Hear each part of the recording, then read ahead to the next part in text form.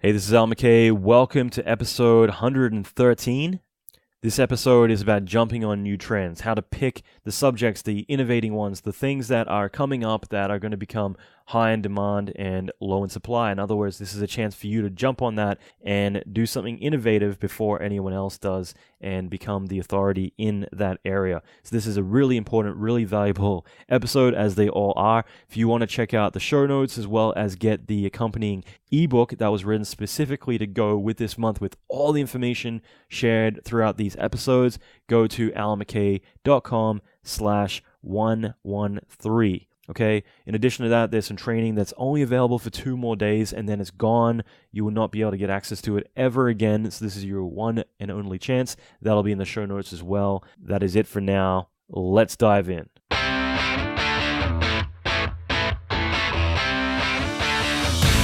Welcome to the Alan McKay Podcast. Alan is an Emmy Award-winning visual effects artist and mentor to many leading industry experts. Listen in as Alan talks with other industry leaders in film, video games, and visual effects about their experience, lessons, and methodology. Alan will teach you pivotal advice to fast-track your career, better your skills, and reach your ultimate dream job. Check out the latest episodes on alanmckay.com.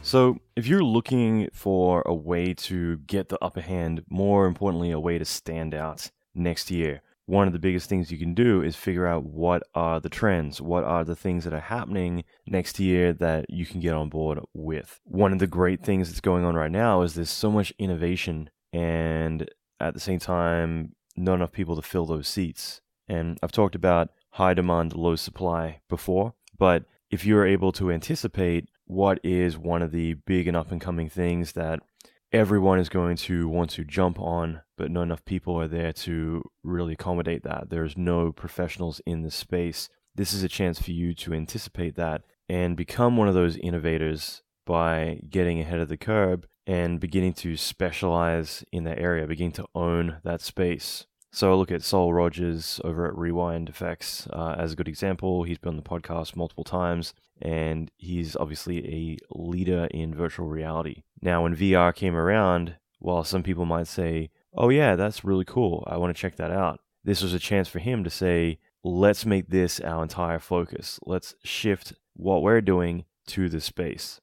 This is going to be something huge. Let's get in on the ground floor. And it's so easy to look at what's coming up and what is starting to gain a lot of interest, or even just on a more simple level, what are some of the things that are happening right now? What are the jobs that are starting to get posted around a lot? You might see that there's a lot of people requesting to, hiring people for specific jobs, specific software, and you might find there's not actually that many people in that space. So I look at like Massive when that first came out to the public, the crowd simulation tool that Weta developed for Lord of the Rings and a lot of other projects. If you were to say, okay, I'm going to learn Massive and I'm going to be that one massive person, that one massive TD that goes around doing crowd job after crowd job after crowd job, that is a way to specialize. That is a way to put yourself in a category that there may be a lot of people looking to get crowd work done, and who are they going to call if there's no one else really doing that yet? If you're the one who got in early and begin to master that, that would be very powerful. I look at particle flow when that first came out. I jumped on that right away because for me it was something that I saw having so much potential, and because of that, it did put me into a unique category where I did become more of an authority on particle flow, on fume effects, on afterburn, on RealFlow, on all these other software packages, because I would see potential in it and I would go all in because I see that as something that has a lot of power and therefore I want to invest my time into learning it.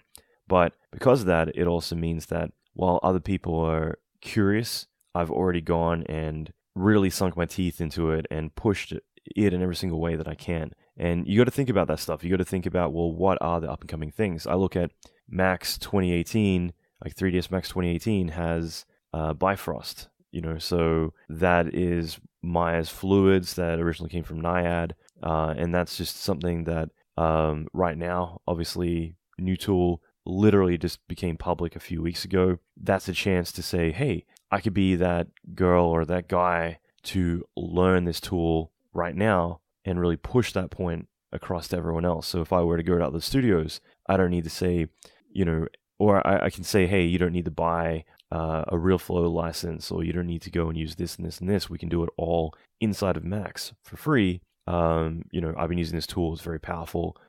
Let's do it with that solution. Really looking at what else is out there in the game space. Obviously, Unity, Unreal Engine are the two dominating packages. So looking at where you want to invest your time is more about what everyone else is using and making yourself that commodity for everyone else. So I said massive before, and I talk about high demand, low supply. I honestly think that massive is a good example, but it isn't something that's in high demand. In fact, I think that being a crowd TD, you're probably going to get a lot of work, but you are going to be scrounging around for those jobs. And there's going to be, even though it's a small space, there'd be a competitive space because there would be only a handful of people who really specialize in crowds.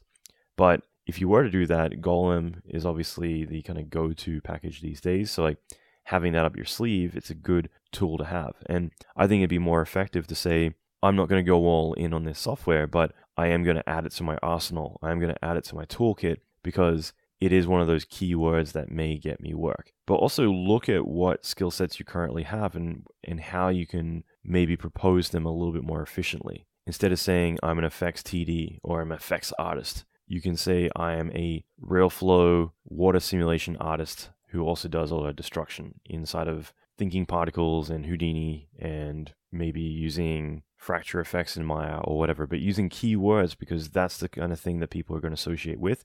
And it answers a lot of questions ahead of time, because sometimes people are going to say, well, do you know the software? But if you say you specialize in these things and you make your title a bit of a mouthful, but it's one that you can practice, that's going to make you get ahead quicker. It's going to make you resonate more. And on top of that, when you do have recruitment people or HR people who mightn't necessarily know what to look for, but they've been given keywords like we're looking for a thinking particles destruction person, and that's how you propose yourself, instantly they're going to see that keyword. Instead of it being an effects artist, it's going to be, oh, you are a thinking particles destruction expert. Great, that's exactly what I'm looking for. Checkbox ticked, and that way there's a lot of red tape gets cut through just to kind of speed up the process, make you stand out from the crowd. So instead of saying compositor, you can say nuke compositor, or nuke compositor with plenty of stereoscopic experience. Whatever it might be that really makes you resonate, really makes you stand out, and that way you're speaking to your target audience. Like one of the metaphors I've talked about before, but with marketing, if you go to a drugstore and you've got a splitting migraine, are you, even though the products might be identical, there might be two items on the shelf that are identical in every single way, but one of them says cures all aches and pains, whereas the other one says cures headaches. In that moment, even though they do the exact same thing, you're going to say, well, I have a splitting headache. I'm going to go for this one because this one is specifically about curing headaches. And it's speaking directly to the target market. In other words, for you, you have a headache. This one, rather than curing all aches and pains, specifically fills that one need that you have. So instantly, you pick that one up off the shelf. And this is exactly it. By niching down and finding what is the thing that people will need the most, you can really stand on top of that hilltop and scream out from the top of your lungs, I am this thing. In this way, even though every other person is a nuke compositor, you're going to stand out. And especially in certain circles, it's the thing that will resonate. It's the key words that they're looking for. So again, they tick that box, they hire you. But look at what's coming up. Look at what's around the corner. Start doing some research. Look at ways that you can make yourself stand out. What are those tools that are coming out that maybe you could invest that time in? One of the episodes I've got coming up shortly is about learning a new skill, and I want to get into that very thoroughly in the next couple of days. But this is really important to be able to find that thing that's going to make you stand out. I remember 2003, Maya Fluids came out.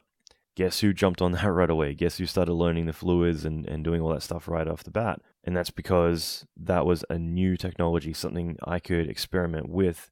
If it has potential, I could go all in. And instantly, it definitely made me be able to do more, get more done. The quality of my work could go up because I'm now using fluids to do what we would typically do with sprites. And it definitely changed things a lot. So go to the job boards, See what people are posting about. See what is the thing that people are asking a lot about. At the same time, like look at what are some of the new tools being announced right now. If you look at a lot of the software companies, they'll do an overview of new features of their products. And you could look at that and say, well, hey, this solver looks really cool, or this product looks really cool. This one has a lot of potential. If I go out there and I start posting examples, showing off what it can do on Vimeo and YouTube, if I put out some tutorials on that thing, if I go out and put together a reel specializing specifically in this thing, if I go and start posting this stuff around forums everywhere, start really becoming visible in that space of here are all the things I'm doing with this software. Here's all the ways I'm informing you about it and its capabilities. You're positioning yourself as an authority, as an expert on that particular subject. And that's a way to get ahead of that and become associated with it. Later on, not this month, but later, I'm going to be doing an entire month dedicated to branding. And that's where I want you to be able to become associated with a certain thing. So it isn't that when they think of you, they think of RealFlow or whatever. It's the other way around.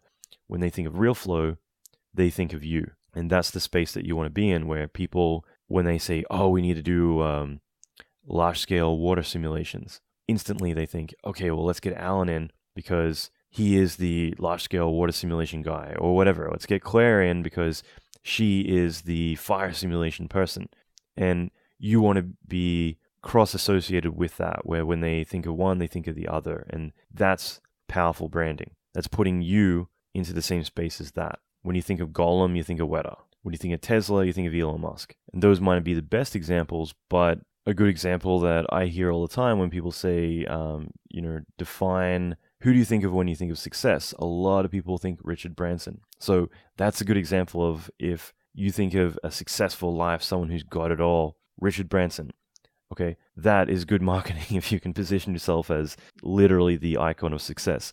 So that's what it's about. It's about getting that association. And for you, you can get on the ground level right now because there is a lot of new tools, a lot of new technology, and a lot of new platforms all coming out.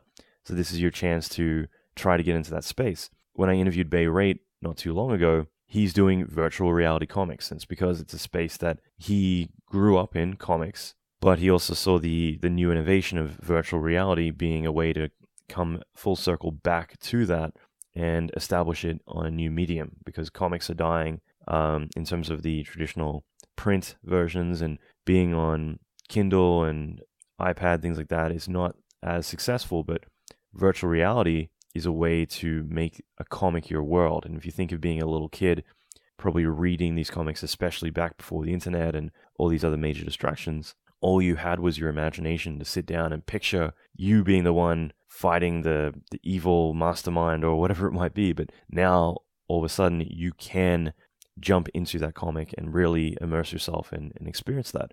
That is innovation. That is doing something new. And for you, it might be, well, I don't want to do this thing because I'm passionate about it. It might be because this is a chance to really stand out and really gain a lot of traction through doing something before anyone else.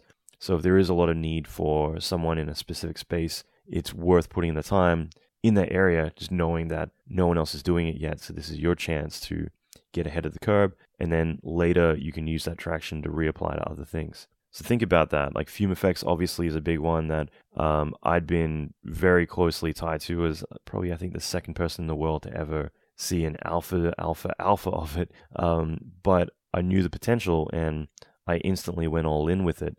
And of course, when it came time for it to go public, I had already immersed myself in it. I've been doing a lot with it. So it was natural for me to go out and start putting out training on it, showing others how to use it, doing a lot with it. But it did mean that you type in Fume Effects, my name for the longest time would come up next to or before the actual product. So that's like one example of many. So I hope this resonates. I hope this is something that makes sense. But think about what's coming up. Think about what people are requesting a lot of. Even if you want to go on to a more macro level, at your studio you're working at, look at what their needs are. Even talk to your manager and say like, hey, like, is there any areas that you feel, you wish the team had more ability in? Because they might say, well, we're actually looking to hire like a water specialist right now, or whatever, a character animator, cloth simulator, because we don't have anyone to do that. So you could say, well, what if I started to learn that in my spare time? Or better yet, why don't you pay for a course and let me do that officially, and I'll start to get into it. And that way you don't need to hire anyone, because you can get me to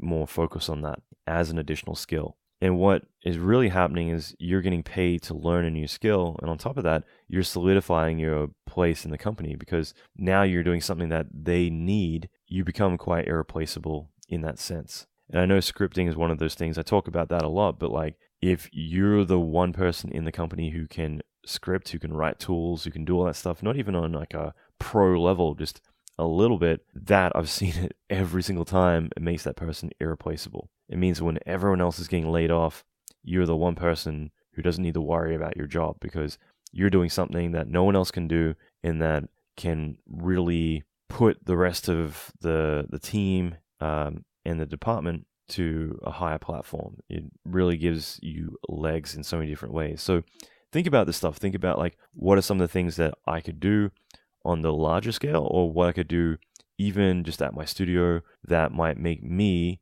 more irreplaceable. If I were to learn the composite shots, then I could actually help finish shots or slap comp everyone else's work, whatever. But more importantly, find out what they need, and you go learn that, or get them to pay for you to go learn it. And that way they're investing in you.